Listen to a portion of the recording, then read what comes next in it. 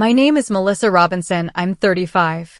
I never expected that one Sunday evening, the doorbell rang at my Seattle penthouse. On the doorstep stood the very people who had erased me from their lives for 13 long years. My mother Evelyn, my stepfather Thomas, my stepsister Jenna, and her husband Mark. Their eyes darted nervously over my expensive Steinway piano and the ocean views. I let them in, and the color drained from their faces when I said, "Before I continue with what happened next, let me know where you are watching from in the comments, hit like, and subscribe for more true stories of family betrayal and personal triumph." I was born in Portland, in a 2-bedroom ranch with mint green shutters and a backyard that smelled like wet cedar after every winter rain. My father, David, was an electrician who came home with the day still clinging to him, sawdust in his hair, a faint metallic scent on his hands, a roll of tape in his pocket the cat always tried to steal. My mother worked long shifts as a physician's assistant at St. Vincent's, the kind of woman who remembered every neighbor's blood pressure and birthday. We were ordinary in the best way. A second-hand station wagon with a sticky seatbelt, coupons clipped on Sundays, the same brown corduroy couch in every Christmas photo. Our house had traditions that stitched time together. On Fridays, Dad would load our old tackle box into the car and we'd drive to Sauvie Island, thermos full of cocoa, the radio low, windows cracked to smell the river. He taught me to bait a hook with patience instead of fear, to listen for the lines whisper more than watch it. Winters were for board games, Scrabble tiles spilled across the coffee table, my mother pinching the bridge of her nose when Dad tried to pass off was as a word. On stormy nights, the lights might flicker and he would strike a match, set 2 candles in jelly jars, and say it made the living room, movie theater cozy. He played guitar badly and joyfully, settling on the edge of my bed with his calloused fingers fighting the strings. House of the Rising Sun, Take It Easy, and a song he claimed he wrote for me, but which probably borrowed half its chords from everything else. I learned the harmony without effort. My mother would lean in from the doorway and hum along, cheeks softening after a 12-hour shift. Even now, when I hear a chord progression carried by tired hands, my throat tightens the same way it did at 11 when I believed music could fix things. Dad had a way of making every errand feel like a mission. Grocery store runs became secret operations, the list in my pocket, the route planned like a football play, a prize of a cherry ring pop if we came in under budget. He'd let me push the cart while he checked wiring diagrams in his head, glancing at the price per ounce tags and muttering, "They think we don't look." He wasn't cynical, he was careful. Careful with money, careful with words, careful with promises. He never promised what he couldn't do. On summer evenings, neighbors drifted onto their porches and our backyard became a small country. Dad strung cafe lights between 2 maples and grilled hot dogs with burn marks just the way I liked them. The adults traded stories about cranky HVAC units and Little League umpires. Kids hid behind the shed and negotiated candy trades with the gravity of diplomats. My mother kept a Tupperware tower of potato salad in the fridge, handwritten masking tape labels on each lid because organization made her feel less at the mercy of other people's emergencies. He told me more than once, quietly, the way people say true things. One day you will build a life for yourself that no one can break. He said it without drama over a sink full of suds, or while tying a lure with his teeth and a frown. It wasn't a prophecy so much as a rule to live by. I took it the way kids take in weather, noticed, absorbed, not fully named. When I was 11, the phone rang on a Tuesday that smelled like rain. My mother answered with her work voice, crisp and professional, and then it fell apart mid-sentence. Construction site. Fall. The word fracture landed like glass. I watched her hand slide down the kitchen wall and leave a smudge where the paint met the light switch. The casserole in the oven kept baking as if dinner could go on without us. The clock over the sink kept its obstinate rhythm. Someone from Dad's crew arrived, hat in hand, voice soft and stripped of usefulness. Later, there were signatures and forms and a pastor who didn't know him at all. At the funeral, I remember how my shoes pinched and the floor of the church was too shiny. Men my father knew from job sites, broad-shouldered, blinking, stood in a row and didn't know where to put their hands. My mother sat in the front pew with a Kleenex in her fist until it shredded. People tried to tell me stories about him that made him sound bigger than life, but the ones that mattered were small. The way he saved a dog that slipped into the Willamette during lunch break, the extra outlet he installed in a break room so the coffee maker wouldn't trip the breaker, the time he fixed Mrs. Langley's porch light for free because her husband had passed and she was afraid of the dark. After the casseroles stopped coming, our house became too quiet, like a refrigerator humming in an empty kitchen. My mother's work shifts grew longer, or maybe it just felt that way because her chair at the table stayed empty through dinner. She moved through rooms like someone borrowed her body and hadn't learned how to live in it. Bills arrived and sat unopened for days. The guitar gathered dust in the corner. I was afraid to touch it, as if sound might pull something loose that we couldn't put back. So I tried to keep our traditions alive by myself. On Fridays, I took the tackle box out and lined up lures on the coffee table, polishing the little metal bodies with a dish towel. I set out the Scrabble board and played both sides, arguing over whether was counted, just to hear his voice in my head scolding me with a smile. My mother started speaking in fragments. I can't, not now. Later, Melissa. The nurse in her kept moving, but the mother in her had folded into a place I couldn't reach. At night, I'd hear the click of the bedroom lamp and then nothing for hours. Grief turned our house into a waiting room. We were present, but only as names on a clipboard. School became the one place that followed the rules of before. Mrs. Hayden, the librarian, slid me books without comment, novels where brave girls solved problems with maps and quiet determination, biographies of women who learned to put their hands on their own steering wheels.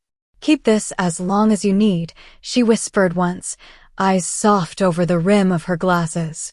I stacked those books on my nightstand like sandbags against a flood I didn't know how to control. That winter, snow dusted our block and stayed.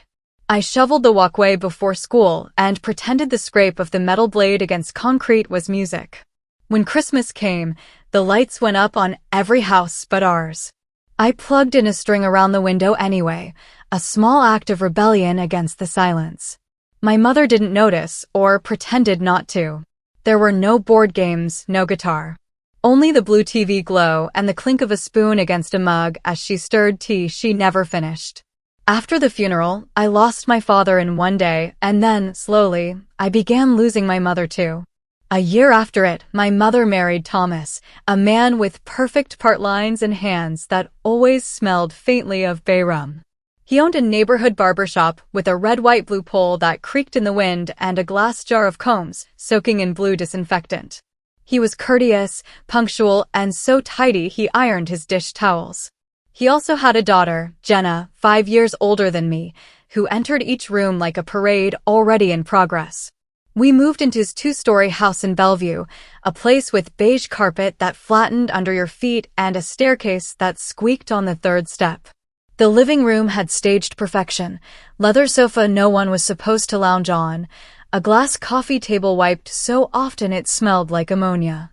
My bedroom faced the street and felt like a hotel, neutral art, a closet with cedar blocks, not a single sign of the life I had come from except the cardboard box of my father's things I kept under the bed. The house looked warm from the outside. Inside it carried the careful atmosphere. If Thomas had a gift, it was polite indifference. He knocked before entering, asked whether the room was to my liking, and remembered to say please and thank you even when handing me the trash to take out. But he never asked how school really was or what I liked to read. He never asked about my father. He asked about grades like one asks about a receipt, numbers, and dates, nothing else. Jenna ruled the upstairs like a hostess with a permanent reservation. Her room smelled like floral hairspray and nail polish remover, her closet a wall of colors I wasn't allowed to touch. The first week, Thomas bought her a used convertible to celebrate senior year, and the car's engine note became our morning trumpet. When she graduated, he upgraded it, another car, another bow, another photo on the mantle. When I received a science award, he didn't look up from his phone. When my essay won the district contest, the certificate slid beneath a stack of salon supply catalogs. In this house, celebrations happened only if they could be parked in the driveway. Thomas threw parties for Jenna so often I learned to catalog them by noise. The bass-heavy birthday with a rented speaker that made the windows thrum. The graduation open house with a folding tent and a guest book no one signed for me. The back from spring break. Barbecue in April that smelled like lighter fluid and expensive shampoo. He gave speeches over paper plates about hustle and brand loyalty, about the importance of keeping your chair full, and everyone clapped as if he'd invented hair. My mother laughed at his punchlines, tilting her head back the way she used to when my father missed a lyric and made one up. That laugh stung more than the speeches. Evenings in Bellevue were louder than any party. Thomas liked to debrief his day in the language of deals, pacing the kitchen with a tumbler of seltzer, narrating tips, upsells, and the week's best walk-ins. Guy comes in asking for a number 2. I see a number 3 with a fade, he'd say, delighted with his own persuasion, while my mother nodded like a metronome. I'd drift in with my homework to be near them, to catch the warmth of shared attention, and inevitably I'd hear the same reminder, thrown lightly but landing hard, Melissa, don't interrupt the adults. So I learned to sit on the other side of the half wall and listen. I learned the inventory schedule and the names of Jenna's friends and which vendor delivered late. I learned to be useful, refilling the ice bucket without being asked, wiping fingerprints from the stair rail, arranging cupcakes on the good platter with the gold rim. At school, I collected small private victories like loose change. A teacher's note in the margin that read beautiful insight, a perfect score in algebra, a quiet nod from the librarian when I returned a book on time. I carried them home in my backpack as if they were fragile imports that might not survive customs. No one at the beige table asked to see them. Instead, Thomas would slap down appointment lists and brag about weekly revenue, while my mother recited his numbers back to him as if chanting could keep them real. The only corners that felt mine were the narrow strip of carpet beside my bed and the space under it where I slid my father's photo album. It was the only one I had black pages, photo corners peeling, his handwriting labeling fish, the lopsided snowman we built the winter before he died. On the worst nights, I'd pull it out and trace the ink with my finger until my chest steadied. Jenna disliked the album with the casual ferocity she gave anything that wasn't about her. It's depressing, she said once, flipping past a picture of me with my front teeth missing. Why do you keep looking at that? I said nothing.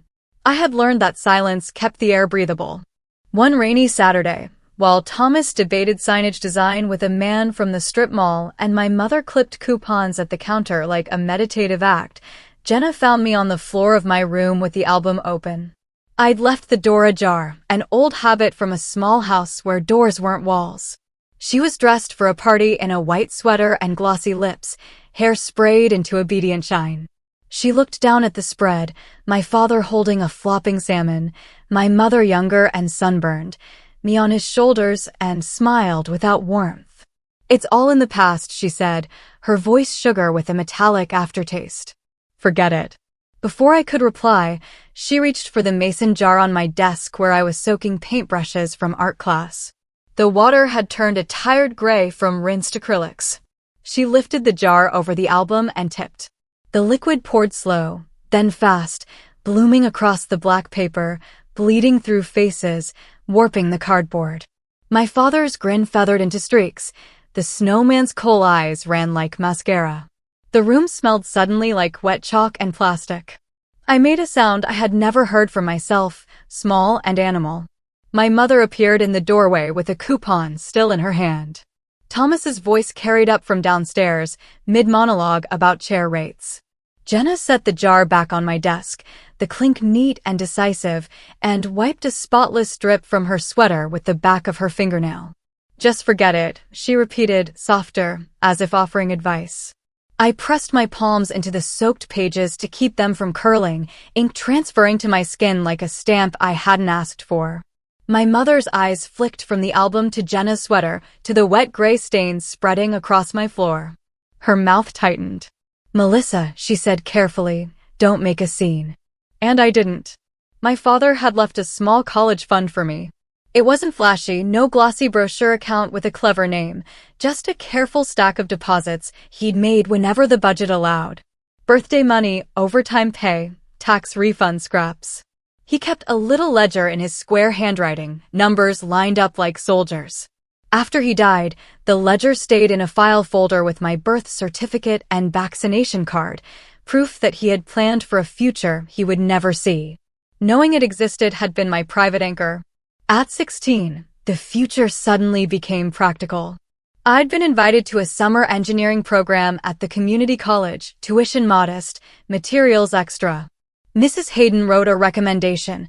My physics teacher pressed a congratulatory hand to my shoulder, and I went home believing I could say yes without asking anyone for anything. I pulled the folder from the top shelf of my closet like a relic. The ledger was still there, last line dated the spring before he died. I didn't know how to access the actual account, only that the bank was a 10-minute bus ride away. The branch manager wore a tie with tiny sailboats. He took my ID, typed a lot, and then his face shifted as if a polite mask had slipped. He excused himself, came back with a pamphlet about financial literacy, and said the words that cracked something inside me without raising his voice. There's no money in that account anymore. He explained it in slow phrases, like he was reading subtitles. The account had been closed 2 years earlier. A withdrawal with my mother's signature. He slid a printed sheet across the desk and put a pen where he wanted me to sign to acknowledge we'd reviewed. My signature looked like a child's. I walked home with the statement folded in my shoe, because the idea of it in my pocket made me feel like I could be robbed twice. Thomas was in the kitchen cataloging clipper guards. My mother was rinsing lettuce.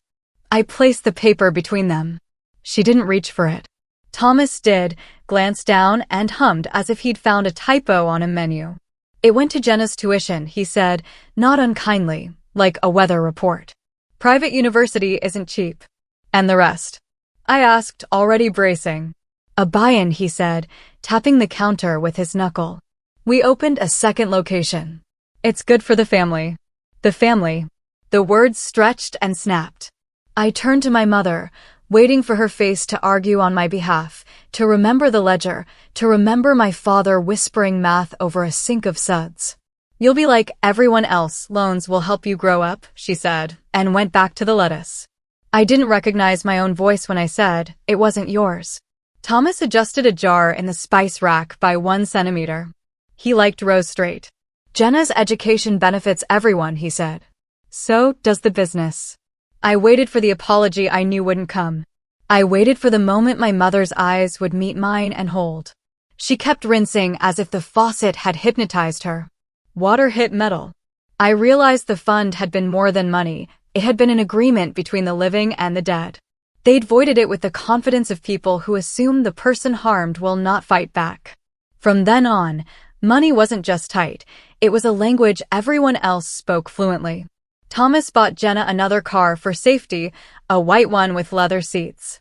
He threw a party to celebrate the second shop, with balloons shaped like scissors, a cake in the shape of a barber pole, and an envelope stuffed with cash for Jenna to start her professional wardrobe as she considered grad school. I mowed lawns and tutored algebra to pay for exam fees. When I asked for gas money to get to a college fair 2 towns over, my mother suggested I carpool with a neighbor's daughter, a girl who had rolled her eyes at my shoes. At family celebrations, a pattern hardened. The dining room table seated 10, but I wasn't counted among the 10. I hovered at the kids' corner, a folding card table with a plastic tablecloth that ballooned every time someone walked past. The chair wobbled. The napkins were printed with cartoon balloons even when the occasion had nothing to do with birthdays. I poured watered-down punch for cousins who pulled faces at the vegetable platter and stared at my honor cords like they were costume jewelry. From the adult table, I could hear the clatter of real silverware and the cadence of Thomas's deal stories, the sound of laughter creaking the chandelier. Jenna's milestones were catered. Her acceptance letters were read aloud. Her thesis defense had a sheet cake with her title piped in cursive. My achievements were left on the fridge under a magnet that said live, laugh, love. When I got my first scholarship letter, I pressed it there and stepped back to see it shine. By evening, takeout menus covered it. When I moved the menus, there was a gray spot where the paragraph about merit had been. The week of my high school graduation smelled like rain and hairspray. I ironed my gown on a towel and hung it from the closet door so the wrinkles could fall out. I laid my cords over a chair and practiced the way the cap pinched my temples. I put the spare bobby pins in a Ziploc with a Sharpie note to myself, extra. I had 2 tickets to the ceremony and a mental seating chart that placed my mother front and center, the past and present shaking hands for an hour. At dinner the night before, Thomas announced the final tasting for Jenna's wedding menu would be the same afternoon as my graduation. "It's the only slot the caterer had," he said, chewing. "We can't move it." I asked. My mother folded her napkin with reverence, smoothing the crease. "Jenna needs me," she said. "This reception is a big deal." "So it's tomorrow," I stated. She touched my wrist, the gesture soft and familiar, and for a second I was a child again with a fever and her cool hand on my forehead. "You know I'm proud," she said, eyes already drifting to a list on the counter. The gym smelled like floor polish and carnations. I found my seat by the taped name on the folding chair and scanned the bleachers until my eyes blurred. Rows of parents fanned themselves with programs, shouted, waved. My physics teacher caught my gaze and lifted his hand, a small private salute. I imagined my mother at a round table miles away, arguing the appropriate sear on salmon, debating whether baby's breath was tacky, nodding at a price per head that could have covered my textbooks. When they called my name, the principal smiled like a photograph. "With honors," he said. I crossed the stage and felt nothing land. Afterward, I took pictures with friends under a banner that read congratulations in block letters. Their families clustered around, proud and chaotic, arguing over who got the camera. I held my diploma folder like a tray and kept my smile steady. My ride home was quiet. The house glowed with the energy of people still discussing seating charts. On the counter lay a scrap of paper with 3 words circled, chicken or fish. No one asked how it had been. No one asked what it felt like to hear my name. That night, I put the diploma in the file folder with my father's ledger and shut the drawer. I listened to the hum of the dishwasher and the soft percussion of rain against the bay window. The fund was gone, the seat at the table never mine, and my mother's chair at the ceremony had stayed empty. Mrs. Hayden was the one who spotted the exit door I couldn't see. I was shelving returns in the library after school when she slid a trifold brochure onto my cart. "California Opportunity Grant," she said, low, like we were trading secrets. "Full ride if you qualify." "You do." She had already circled deadlines, underlined the essay prompt, and paper-clipped a list of community colleges and universities that partnered with the fund. At the bottom she'd written, in her neat blue ink, "I will help you." The words steadied me the way a handrail does on stairs you're afraid to climb.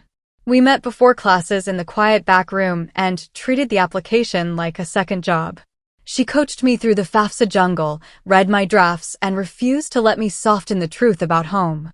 I wrote about my father's sentence, build a life no one can break, and what it meant when the people you trusted tried to pry at the foundation. I wrote about Friday fishing and board games and the way the house had changed languages after he died. Mrs. Hayden mailed my packet herself, sealing the envelope like a blessing. Then the waiting began, a nervous calendar where every day felt like a coin flip. Spring was rain and exams and pretending not to check the mailbox twice. The thick envelope came on a Tuesday, the same day the good apples hit the cafeteria bins. My hands were shaking so hard I tore the corner wrong. "Dear Melissa, we are pleased to inform you. The award covered tuition through a partner school if I kept my grades up, and there was an option, if I could assemble enough additional aid, to enroll at a 4-year university." My counselor raised her eyebrows when I said the word out loud. "Stanford," she repeated, as if she needed to hear me say it twice. "You'll need more than a grant." I wrote more essays. I filled out more forms. I begged for fee waivers and found a micro-scholarship that paid for my bus ticket. When the acceptance email landed in my inbox, "Congratulations," I sat on the library floor and pressed my palms to the carpet so I wouldn't float away. Between the grant, work study, and a need-based package patched together like a quilt, I could make the numbers almost meet. Not comfortably, not cleanly, but enough. I zipped my life into a worn backpack, tucked $200 into my shoe for safety, and told my mother at breakfast. She pushed a coffee mug toward me and said, "That's far." I arrived in Palo Alto in late August, a heat I didn't yet have the right clothes for. The campus looked like a movie set, red tile roofs, palms lined up like exclamation points, bikes everywhere. My dorm room was a blank rectangle that echoed when I laughed. I unrolled a $20 air mattress, listened to it cough itself into shape with a plastic pump, and stacked my 2 t-shirts and 1 sweatshirt in the closet like I owned a future. Those first years were a kind of beautiful hell. Before sunrise, I hairnetted and clocked into the cafeteria, learning the dance behind the hotline, eggs to order, oatmeal to vats, coffee carafes never allowed to breathe. After class, I hauled trays to the industrial washer, steam turning my face into a mirror. At night, I took the dish pit shift in a different dining hall, rubber apron swishing, hands pruned, brain reciting proofs while I scraped plates. My air mattress sighed under me like an old friend, and sometimes I woke on the floor with a notebook stuck to my cheek, equations tattooed backwards in pen. But I studied like a person with a mortgage. I camped in the library until closing, took notes in 3 colors, and learned professors' office hours by heart. In lectures, I sat in the front row and asked questions that made people turn around and look. I discovered I liked the feeling of not knowing something and then wrestling it until it made sense. When my first exams came back, the red A's looked like signals from a lighthouse. A TA wrote "exceptional clarity" in the margin of a proof. I took a picture of the words and set it as my phone background for a week. I met Sophie at the dish machine. She cracked a joke about the way piles of plates can look like tectonic plates, and I snorted dishwater out my nose. She was all curls and quick stories, a biology major who hummed when she concentrated and labeled everything, even the salt. We started swapping shifts and snacks and study guides. She noticed I saved half my dining dollars for finals weeks and pretended not to see me wrap a 3rd biscuit in a napkin for breakfast. "Come with me Saturday," she said one Friday night, peeling off a glove. "My parents are in Menlo Park. Real food. No trays." I almost said no. I had learned the safety of polite distance. But Saturday came, and the air smelled like dry grass and sunscreen, and I found myself standing in a kitchen where sunlight pooled on a farmhouse table. Her mother handed me a glass of lemonade like I was expected, not extra. Her father asked me about classes without trying to solve them for me. They bickered lightly over whether the roast needed 5 more minutes, and then they set 3 extra plates because Sophie had texted 2 more friends on the way. No one counted napkins with suspicion. No one asked me to earn a chair. After dinner, her dad fell asleep on the couch with a baseball game speaking softly in the background, and her mom sent us home with a container labeled "for later" in tape and marker. The label made my chest tighten. Labels were how my mother kept order. Here they were how love traveled. On Sunday night, I opened the container in my dorm and cried into a forkful of cold potatoes. Sophie didn't make it awkward. She sat cross-legged on the floor, handed me a napkin, and changed the subject to lab partners. It didn't become a fairy tale. I still worked before dawn and after midnight, still woke to the alarm and the sound of my own jaw clenching. But a door had opened. Holidays I couldn't afford to fly home. I sat at Sophie's table and learned new rituals. Her mother's way of blessing the food with a glance around that said "I see you." Her father's habit of pressing a 20 into our palms for gas as if generosity were an inside joke. They quizzed me on midterm material while the turkey rested. They sent me back with foil-wrapped slices labeled again. Tuesday lunch, midnight snack, exam day. Every small kindness felt like instructions I'd never been given. When I reached my senior year at Stanford, exhaustion clung to me like a second skin, but so did determination. The cafeteria shifts, the dishwashing jobs, the long nights coding on an old laptop, it had all carved something hard and unshakable inside me. That was the year I stumbled on the idea that changed everything. It began almost accidentally. I was tutoring a freshman in calculus for a little extra cash, and she confessed that she was about to drop the class. Not because she didn't understand the material, but because she couldn't afford the professional tutoring centers charging outrageous hourly rates. That night, the idea lit up in my head like a fuse. What if there was a platform where students could help each other instantly at a fraction of the cost? I called it LearnUp. At first, it was just a crude site coded between classes and midnight ramen bowls, connecting Stanford students who needed help with others who were willing to teach. I didn't know if it would last a semester. But when I presented it at a campus hackathon, something happened I could never have scripted. That's where I met Lucas Reed. A venture capitalist with the kind of presence that silences a room. He lingered after my 10-minute pitch. He wasn't impressed by my slides, they were clunky, and I'd borrowed half the graphics from free templates. But he was captivated by the idea, and maybe by the way I spoke about it, with the rawness of someone who had lived on the other side of opportunity, counting every dollar for textbooks and food. The next day, Lucas invited me to coffee and offered me $70,000 in seed money. To me, it was a fortune. I signed the papers with trembling hands and immediately moved into the tiniest apartment imaginable. I didn't care. My life became a cycle of coffee, noodles, and endless lines of code. The platform grew, first on campus, then at nearby universities. By the second year, we had thousands of users. Investors called, journalists wanted interviews, and for the first time, I felt like the invisible girl in the corner of family gatherings had a voice that could be heard. But growth wasn't glamorous. My mattress was still on the floor, my shoes had holes, and my laptop keys were worn down to the metal. Some days I cried from exhaustion, wondering if I could carry it all alone. Other days, the surge of adrenaline from watching new users log in across the country made me feel invincible. 5 years after that first tutoring session, LearnUp was acquired by a large corporation. The deal left me not just comfortable, but wealthy beyond anything I had ever imagined. Overnight, I was a millionaire. But the strange thing was, I didn't celebrate with champagne or sports cars. Instead, I bought a penthouse in Seattle, a place that overlooked the water and gave me the silence I craved after years of noise and struggle.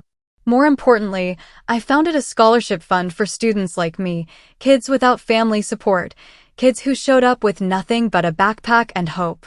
I named it after my father, the David Robinson Fund, because I still remembered his words, "One day you will build a life for yourself that no one can break." Every time I awarded a scholarship, I felt closer to him.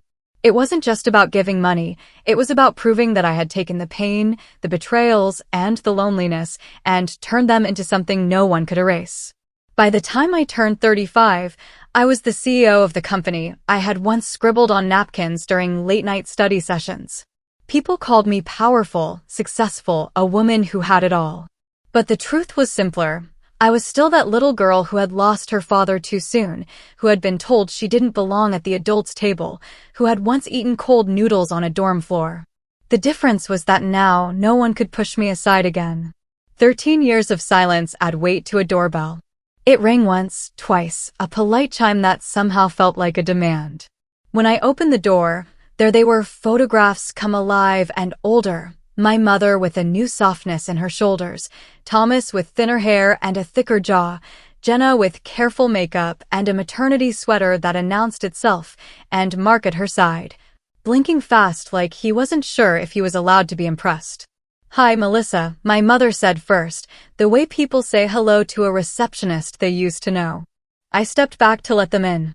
Shoes squeaked on the marble foyer, eyes doing quick arithmetic across the space, panoramic windows to Elliott Bay, canvases they couldn't place, the black sheen of the Steinway like a lake after rain. Thomas whistled under his breath. Jenna's gaze landed on the piano and stuck there, as if it were an animal that might move. "I made coffee," I said. "And tea. There's sparkling water too." "Coffee would be great," my mother answered, relieved to have something to ask for that wasn't money. She slipped off her coat and folded it too neatly over her arm, as if neatness could explain why she was here. The living room became a waiting room. We made small talk like amateurs. "My mother told me she had retired last spring finally," she said, and then added that retirement was busier than work, a claim contradicted by the way she rubbed the base of her thumb, absent-minded, as if time now had to be quieted with motion. Jenna touched her belly and smiled on cue. "February," she said. "A girl." I offered congratulations and a plate of lemon shortbread I'd ordered with the groceries, a detail that felt suddenly juvenile, as if I were trying to be the good hostess in a house where the air didn't want it. Thomas did his version of casual, spread across 2 cushions, ankle on knee, pretending the cushion didn't resist. Business has shifted, he said, stretching the word. We've downsized to 1 shop. You know how the neighborhood changed.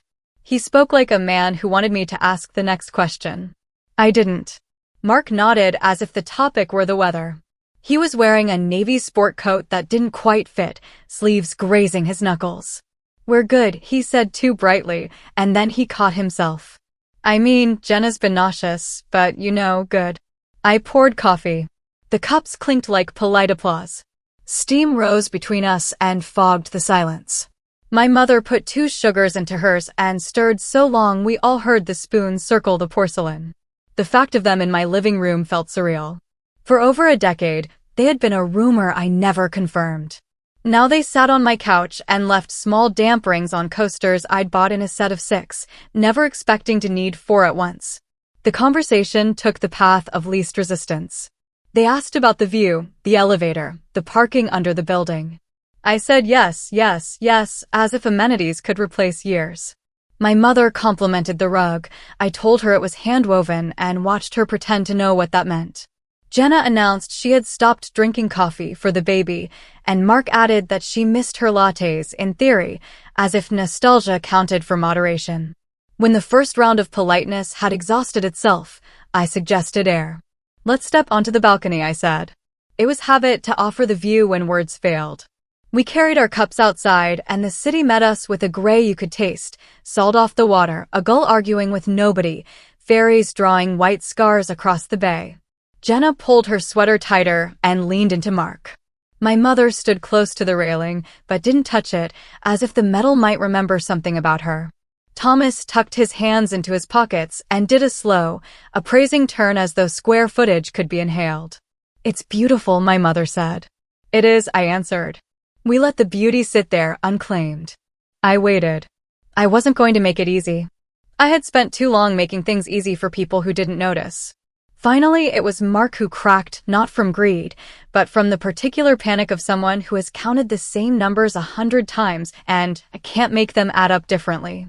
I'm happy for you, he blurted, then swallowed. Jenna and I run the company mostly day-to-day now. You probably heard we launched the new site last year.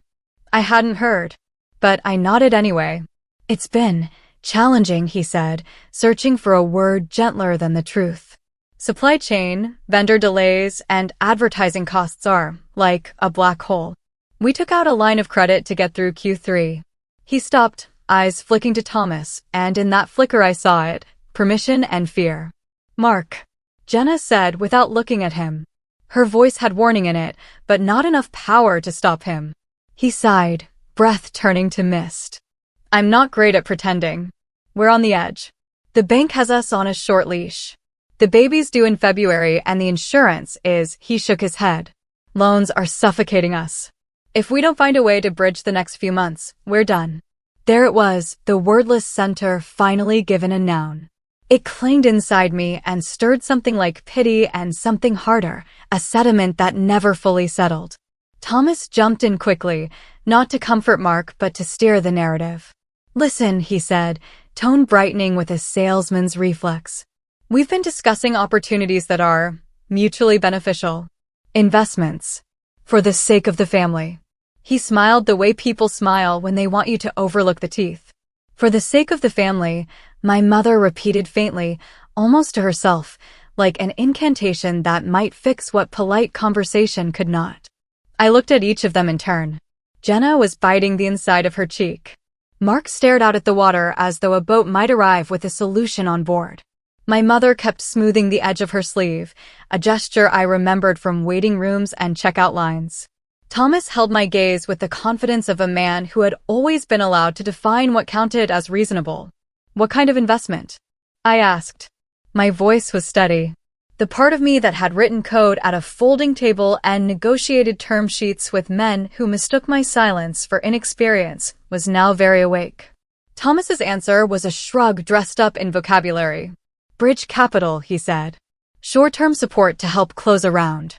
We've got interest, warm leads, but timing is tricky.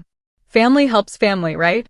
Jenna inhaled, a quick intake of air that sounded like disagreement, but wasn't brave enough to become it. Mark's grip tightened around his cup until I was sure it would crack. I set my coffee down on the railing with careful precision. The metal felt cold through ceramic. The goals had moved on to scold someone else. In the quiet, the question came out of me before I could decide to soften it. Did you just come for the money? No one moved. A car far below laid on its horn, distant and irrelevant. My mother's eyes landed on my face and then skittered away to the horizon, as if the water could offer a better reply. Thomas's smile abandoned him all at once, like a stage light cut to black. Jenna looked at Mark. Mark looked down.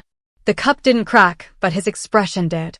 Their silence answered with perfect clarity, louder than any speech they could have prepared. I let it hang a beat longer, then turned without a word and walked down the hallway to the storage closet where I keep the kinds of things you don't want to look at but can't throw away. On the top shelf sat a banker's box with a strip of yellowing tape across the lid. In my handwriting, returned. I carried it back to the living room and set it on the coffee table like evidence. The lid came off with a papery sigh and the smell of old envelopes, dust and glue, the scent of years I never got to have.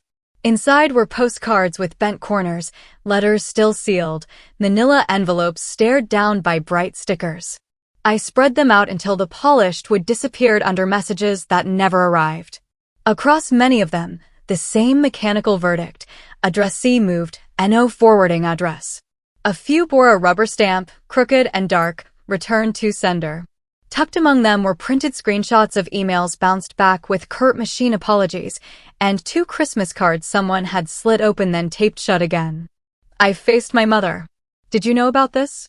Her hand went to her throat, as if she had to make space for the truth. I thought you had distanced yourself. It came out a whisper, the kind you use at hospital bedsides when you're afraid to wake a body you don't know how to help. Thomas's jaw worked like he was chewing something tough. He stared at a postcard from San Francisco, my freshman year scrawl bright and hopeful under a picture of the Golden Gate. The muscles in his cheek twitched, and that small betrayal of control told me more than any explanation. In the quiet, I could suddenly see all the missing years as a route someone else had taped off. So, you intercepted them, I said, not a question. He huffed, a sound halfway to a laugh. We got mail addressed to us. We returned it. That's not intercepting. That's house rules. He flicked a finger at a stamp like a man pointing out fine print. You left, kid. You chose to go. We assumed you didn't want us involved. But I wrote to your house, I said evenly. Because that's where my mother lived. My mother's eyes filled and spilled, silent tears that made no argument. I didn't know, she whispered. I swear I didn't know. Her gaze shifted to Thomas, hopeful for contradiction, permission, absolution, some shared script. It didn't arrive. I gathered the envelopes into a rough stack and slid them back into the box like returning a body to the earth. You didn't come for coffee, I said quietly. And you're not getting money. The room took a breath. Thomas sat forward, polite mask cracking. Now wait a second. I'm not a bank, I continued, cutting across whatever pitch he had loaded. And I'm not a grudge either. I won't fund your debts. But if Mark has a business plan, I'll look at it. I'll give feedback, contacts, suggestions. Advice, not cash. Mark's head snapped up like someone had thrown him a rope. Jenna's hand tightened around his sleeve, then loosened as if she wasn't sure whether to be grateful or insulted. My mother's relief was so visible it hurt. She wanted this compromise to be a door. Thomas heard only the first half. You owe us, he said, voice rising, fingers spearing the air. You owe this family. We put a roof over your head. We fed you. You paid for Jenna's second car with my college fund, I said, still level. And bought into a second shop with the rest. The sentence landed without flourish. I was done performing the pain for them. Thomas flushed a dangerous, familiar shade. I invested in our future. That shop fed everyone in this house. Don't rewrite history because you've got fancy views now. I'm not rewriting, I said. I'm citing sources. He stood, the easy authority of a man used to owning rooms along with the light. Do you know what it costs to raise a kid? The clothes, the food, the dentist, the gas. You did raise a kid, I said, meeting his eyes. It wasn't me. His mouth opened and closed. My mother made a small, wounded sound. Mark found the floor again. And Jenna, who had watched all of this with the brittle poise of a woman who refuses to let mascara run, suddenly made a sound that was the opposite of poise. Stop, she said, and her voice broke down the middle. The word hung there, ragged, before the rest of her caught up. Tears pushed through her careful makeup and left clean tracks. She pressed both palms to her belly as if to study a separate life while hers tilted. All my life, she said, and the syllables came in gasps, I was afraid that you would become better than me. That's why I hated you. The room froze. Even the building seemed to listen. Somewhere a fairy horn sounded, low and mournful, as if the bay itself had opinions. I had always imagined Jenna's cruelty as a flavor of boredom, a spoiled girl's sport. I had never considered fear. I didn't become better, I said after a moment. I became separate. Jenna laughed through the tears, a short, messy sound. You don't get it. You always were, you. Even when they put you at the kids' table, you had this way of making a paper napkin look like a diploma. Teachers liked you for no reason. People helped you. Dad, she glanced at Thomas and amended. Thomas spent money to keep me shiny. But you? You were sharp. I thought if I could make you smaller, I'd feel larger. I was wrong. Thomas tried to recover the room. Jenna, you don't have to. She does, I said, not taking my eyes off her. My voice surprised me with its gentleness. If she wants to. Jenna wiped her face with the heel of her hand like a child. I returned your letters, she admitted, a whisper I almost didn't hear. Sometimes. Not all of them. When I was mad. When I wanted to punish you for leaving. I told myself you wouldn't care. My mother made a sound, a soft, broken thing that was both apology and grief. Why didn't you tell me? She asked Jenna, turning helplessly between us, as if she could split herself and fix us both. Because he, Jenna said, lifting her chin toward Thomas, said you didn't want drama. And I was good at giving him what he wanted. Thomas leaned back as if slept. So now it's all on me? No, I said. It's on all of us. But the consequence is mine to set. Mark cleared his throat. Melissa, he said carefully, like approaching a wild animal. If you'll look at the plan. I don't want money either. I know what that does to people. I need someone who will tell me the truth before the bank does. Something in me softened by 1 degree. Not enough to warm the room. Enough to mark a boundary with a witness. Send it tonight, I told him. No promises. Just notes. Thomas snorted. Notes? What good are notes when payroll's due on Friday? The kind that keep a business from dying twice, I said. Once on paper, once in the people who ran it. He opened his mouth to spit something back, a debt ledger of my childhood, probably, but Jenna beat him to the sound again, and this time it wasn't words. It was a thin, high sob that startled her as much as it startled me. She clung to the back of the sofa, knuckles white. I don't want my daughter, she managed, to grow up in a house where love is a scoreboard. The sentence cracked something I hadn't realized was still solid in me. I stacked the returned envelopes back into the box and pressed the lid down until the cardboard clicked. Here's the only scoreboard I keep, I said. You don't get money. You do get honesty. Thomas folded his arms. Sounds like arrogance. Sounds like terms, I said. My mother's shoulders sank, the kind of collapse that happens when a person lets go of a story they've been clutching for years. I want to hear it, she murmured, not looking at Thomas. For once, I want to hear it. Jenna nodded, eyes red, breathing evening out. Mark stared at the box like it contained a ghost he could finally name. I slid the box a few inches toward Thomas. Keep it, I said. Every time you think I owe you, look inside. That's what you owe me. He didn't touch it. Pride is a poor man's safe. He held it like a shield and found it too heavy to lift. We sat in the thick pause that follows a detonation. The dusk outside had deepened, and the bay was all slate and silver. I turned on the lamp by the piano. Its circle of light found the returned letters and gilded their edges until they looked almost ceremonial, relics of a religion I no longer practiced. "I'll expect the plan by 10, I told Mark. "I'll read it tonight." He nodded, brave because someone had given him a task. Jenna squeezed his hand. My mother breathed. Thomas stared at the lamp as if it had wronged him. I didn't give them $1. Not a loan, not a gift, not a temporary bridge. But I did what I promised Mark. I opened my notebook and my network.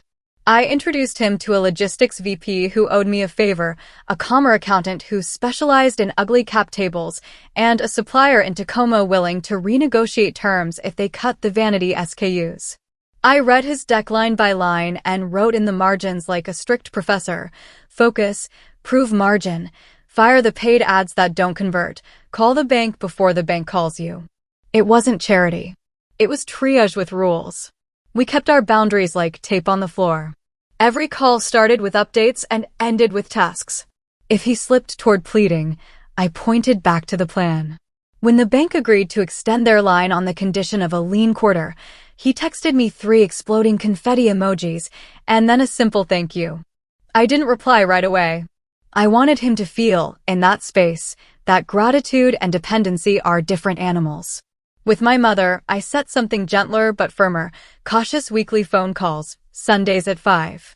20 minutes, no money talk, and one truth each time, hers or mine, without arguing it to death. At first, we stayed on safe shelves, weather, recipes, the fairy schedules she still checked even though she rarely rode. Then the truths began to arrive like shy birds. She said she kept my father's flannel folded in the back of her closet because she couldn't bear the smell to fade. I said I still dreamt of his calloused hands when a problem looked too large. She apologized once and it sounded like something trying to become a language. I didn't translate it for her. I let it sit between us and glow. Thomas stayed out of it. Pride is his most reliable companion. He refused to join the calls, refused the idea of advice without capital, refused to read my notes to Mark even when they were the only thing keeping payroll from bouncing. If the price of his dignity was distance, he paid it in cash. I stopped sending receipts. Jenna moved through her pregnancy like a tide, sometimes close to me, sometimes pulling out. She would text a sonogram at 2 a.m., then go silent for a week. I answered when I could bear it and pretended not to notice the hours when I couldn't. In late February, Mark sent a photo with no preamble, a swaddled girl with the serious, old soul eyes babies bring from wherever they come from. A minute later, Jenna's message followed. I want her to have an aunt, not an enemy. I sat at my kitchen island and stared at those 8 words until the city outside blurred. Then I typed me too and put my phone face down like a promise. The weeks that followed were small and human. I didn't visit the hospital. I sent a meal service, diapers in a size they'd grow into, and a plain white card with the baby's name written carefully so I wouldn't misspell the future. On our Sunday calls, my mother described the tiny rosebud hands and the way the baby wrinkled her forehead, just like your father. I heard or returned to her voice, softening a place I had thought calcified. She didn't press me to come over. I didn't promise what I couldn't give. We respected the distance and built a bridge anyway, maybe because of it. At the office, I turned outward. My foundation had started as scholarships for students without family scaffolding. Now we expanded the mandate. I met with directors of local group homes and counselors who carry teenagers across the thin ice of 18. We designed stipends that arrived before crises, funded therapy without paperwork that punishes, and paired grants with mentors who answered phones at midnight. We called the new wing the Bridge cohort and quietly included laptops, winter coats, and dental care because success has molars and Wi-Fi. When the first cohort gathered in a borrowed lecture hall, they were a collage of grit and polite suspicion. A young woman whose backpack held both a calculus textbook and a custody filing, a kid who had taught himself Python on a cracked phone, a barista who slept in her car between finals. I told them there was no luck in this room, only logistics and stubbornness, and that my father's sentence, "Build a life no one can break," hadn't protected me from pain, it had taught me how to use it. A boy in the second row wiped his eyes with his sleeve as if he had spilled something. I recognized the gesture. Spring brought conferences. I don't love stages, but I stood on a few anyway because doors open for microphones. At an education summit in Denver, the moderator asked me the question they always ask successful people as if success were a coat you can lend out.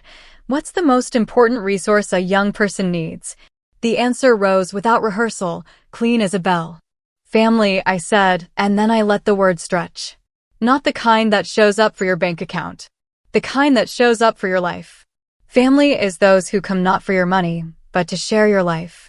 Back in Seattle, I watched the bay change colors from my balcony and practiced small rituals of ordinary living, watering the plants, proofing bread on Sundays, placing the box of return letters on a higher shelf where it could still keep company with me without telling me what to do. Mark's updates shifted from emergency tones to calendars, a green month, a supplier back on board, a hire put off because the numbers said wait.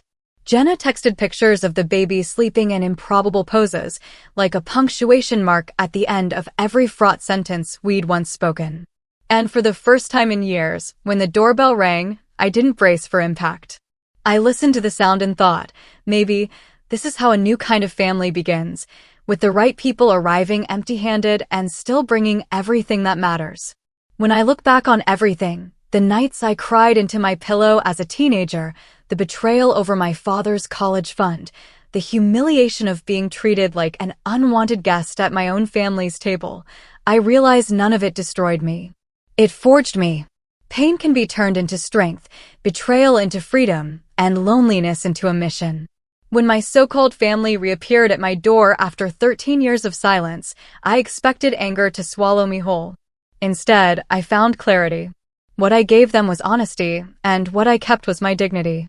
Now, as I stand before new generations of students supported by my foundation, I see pieces of myself in each of them, frightened, underestimated, but burning with quiet determination. They remind me that family can be chosen.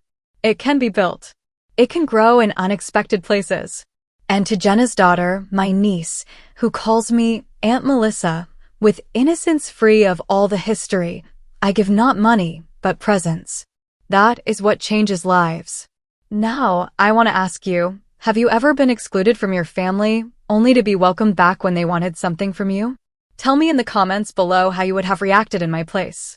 And don't forget to hit like and subscribe. The more we speak, the more people will realize their true value, and the less anyone will ever dare to take it away.